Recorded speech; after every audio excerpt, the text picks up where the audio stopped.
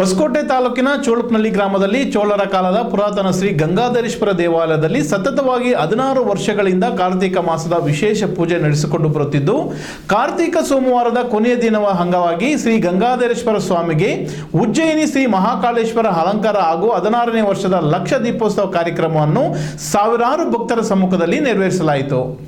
ಹೌದು, ಹೊಸಕೋಟೆ ತಾಲೂಕಿನಲ್ಲಿಯೇ ಇತಿಹಾಸ ಹೊಂದಿರುವ ಈ ದೇವಸ್ಥಾನದ ಪೂಜೆಯಲ್ಲಿ 8,000ಕ್ಕೂ ಅಧಿಕ ಭಕ್ತರ ಸಮ್ಮುಖದಲ್ಲಿ ವಿಶೇಷ ಪೂಜೆ ನಡೆದಿದ್ದು, ವಿಶೇಷವಾಗಿ ಲಕ್ಷ ದೀಪೋತ್ಸವ, ಶಿವಲಿಂಗ ಪ್ರತಿಷ್ಠಾಪನೆ ಸೇರಿದಂತೆ ವಿವಿಧ ಬಗೆಯ ಅನ್ನದಾಸೋಹ ವಿಶೇಷವಾಗಿದೆ.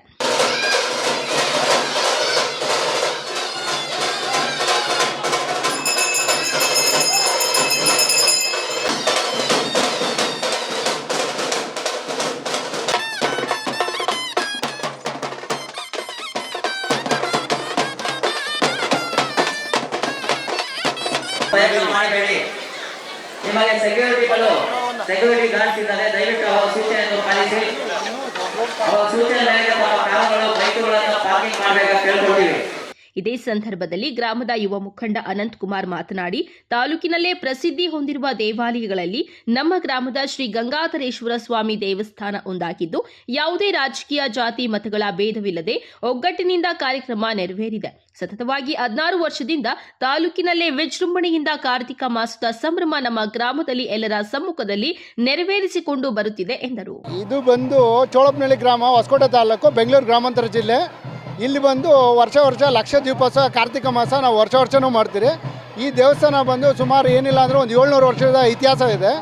ಅದರಂತೆ ಇದೊಂದು ಸ್ವಲ್ಪ ಹಳೆ ದೇವಸ್ಥಾನ ಆಗಿತ್ತು. ಇದನ್ನು ಈಗ ಸುಮಾರು ಏನಿಲ್ಲ ಅಂದರೆ ಒಂದು 15-16 ವರ್ಷದ ಹಿಂದೆ ಜೀರ್ಣೋದ್ಧಾರ ಮಾಡಿ ಅದನ್ನು ನಾವು ಮುಂದುವರಿಸ್ಕೊಂಡು ಬರ್ತಾಯಿದ್ದೀರಿ. ಇದಕ್ಕೆ ಪ್ರಮುಖ ಕಾರಣ ಬಂದು ನಮ್ಮ ಅಂಕಲ್ ಆಗಿ ಮುನ್ಸಮ್ಗೌಡ್ರಿದ್ದರು.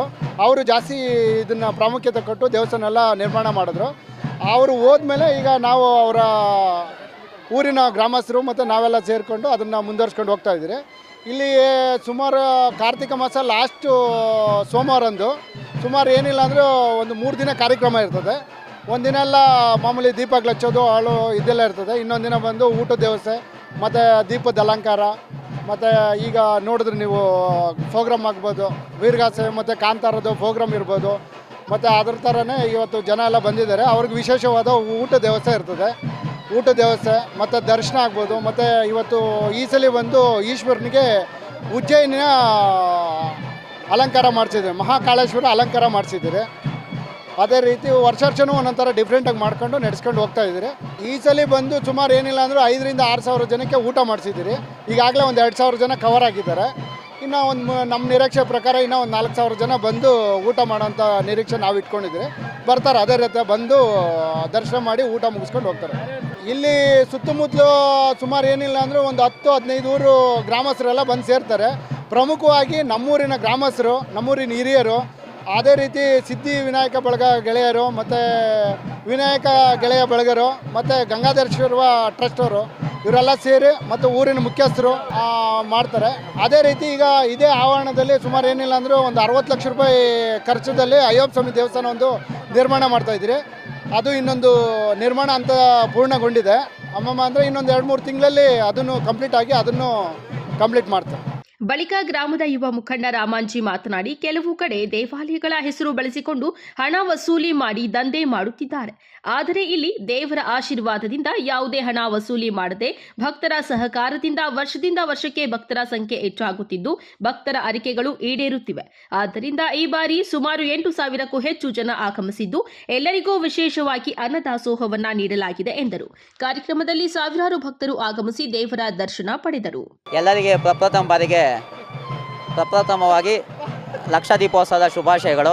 ಇಲ್ಲಿ ಬಂದಿರೋ ಎಲ್ಲ ಭಕ್ತರಿಗೆ ನಮ್ಮ ಊರಿನ ಪರವಾಗಿ ಸ್ವಾಗತವನ್ನು ಕೋರ್ತಾ ಇದ್ದೀವಿ. ಇವತ್ತು ಸುಮಾರು 16 ವರ್ಷದಿಂದ ನಾವು ದೇವಸ್ಥಾನ ಓಪನ್ ಆಗಿದಾಗಿನಿಂದ ಲಕ್ಷ ದೀಪೋತ್ಸವ ಕಾರ್ಯಕ್ರಮವನ್ನು ಕಾರ್ತಿಕ ಮಾಸದ ಕೊನೆಯ ಸೋಮವಾರ ಏರ್ಪಾಡು ಮಾಡ್ತೀವಿ. ಈ ಕಾರ್ಯಕ್ರಮಕ್ಕೆ ಸುಮಾರು 5-6 ಸಾವಿರ ಜನ ಬಂದೇ ಬರ್ತಾರೆ. ಅವರಿಗೆಲ್ಲ ಸುಸಜ್ಜಿತವಾದ ಊಟದ ವ್ಯವಸ್ಥೆ, ಅವರ ಮನೋರಂಜನೆಗಾಗಿ ವರ್ಷನೂ ಏನಾದರೂ ಒಂದು ಪ್ರೋಗ್ರಾಮ್ ಇಡ್ತಾ ಇರ್ತೀವಿ. ಅದೇ ರೀತಿ ಈ ಸರಿ ವಿಶೇಷ ಏನಂದರೆ, ಗಂಗಾಧರೇಶ್ವರ ಸ್ವಾಮಿಗೆ ಉಜ್ಜಯಿನಿಯ ಮಹಾಕಾಲ ಜ್ಯೋತಿರ್ಲಿಂಗದ ಅಲಂಕಾರ ಮಾಡಿದ್ದೀವಿ. ನೀವೆಲ್ಲ ನೋಡಿರ್ಬೋದು. ಉಜ್ಜಯಿನಿಯಲ್ಲಿ ಯಾವ ರೀತಿ ಅಲಂಕಾರ ಮಾಡ್ತಾರೋ ಅದೇ ರೀತಿ ಅಲಂಕಾರನ ಇವತ್ತು ನಾವು ಗಂಗಾಧರೇಶ್ವರ ಸ್ವಾಮಿಗೆ ಮಾಡಿದ್ದೀವಿ. ಅದೇ ರೀತಿ ಇವತ್ತು ವಿಶೇಷ ಏನಂದರೆ, ಆದಿಯೋಗಿ ಈ ಶಿವ ಏನಂದರೆ ಎಲ್ಲ ಪ್ರಪಂಚಕ್ಕೆ ಹುಟ್ಟೋಕೆ ಮೊದಲೇ ಶಿವ ಇದ್ದ, ಅದಕ್ಕೆ ಆದಿಯೋಗಿ ಅಂತೀವಿ. ಎಲ್ಲಕ್ಕೂ ಪ್ರಥಮ ಅಂದರೆ ಶಿವನೇ. ಆ ಆದಿಯೋಗಿ ನೆನೆಸ್ಕೊಂಡು ಇವತ್ತು 20 ಅಡಿಗಳ ಆದಿಯೋಗಿ ಬೃಹತ್ ಪ್ರತಿಮೆಯನ್ನು ಇಲ್ಲಿ ಸ್ಥಾಪನೆ ಮಾಡಿದ್ದೀವಿ. ಅದನ್ನು ಸಹ ಭಕ್ತಾದಿಗಳು ತುಂಬ ಮೆಚ್ಕೊಂಡಿದ್ದಾರೆ. ವರ್ಷವೂ ನಾವು ಏನಾದರೂ ಒಂದು ವಿಶೇಷವಾದ ಅಲಂಕಾರ ಮಾಡ್ತಾ ಇರ್ತೀವಿ ದೇವರಿಗೆ. ಅದೇ ರೀತಿ ಬರೋ ಭಕ್ತಾದಿಗಳಿಗೆ ಫೋಟೋಗಳೆಲ್ಲ ಇಟ್ಕೊಳ್ಳೋಕ್ಕೋಸ್ಕರ ಇವತ್ತು ಆದಿಯೋಗಿಯ ಪ್ರತಿಮೆಯನ್ನು ಸ್ಥಾಪನೆ ಮಾಡಿದ್ದೀವಿ.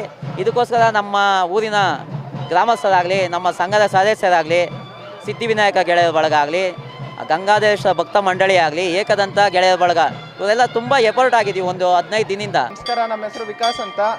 ಚೋಳಪ್ನಹಳ್ಳಿ ಗ್ರಾಮದಲ್ಲಿ ಸುಮಾರು ಒಂದು 16 ವರ್ಷದಿಂದ ಈ ಕಾರ್ತಿಕ ಮಾಸದ ಲಾಸ್ಟ್ನೇ ವಾರ ಲಕ್ಷ ದೀಪೋತ್ಸವ ಪ್ರತಿ ವರ್ಷದಂತೆ ಈ ವರ್ಷನೂ ಸಹ ಆಚರಣೆ ಮಾಡ್ತಾಯಿದ್ದೀವಿ.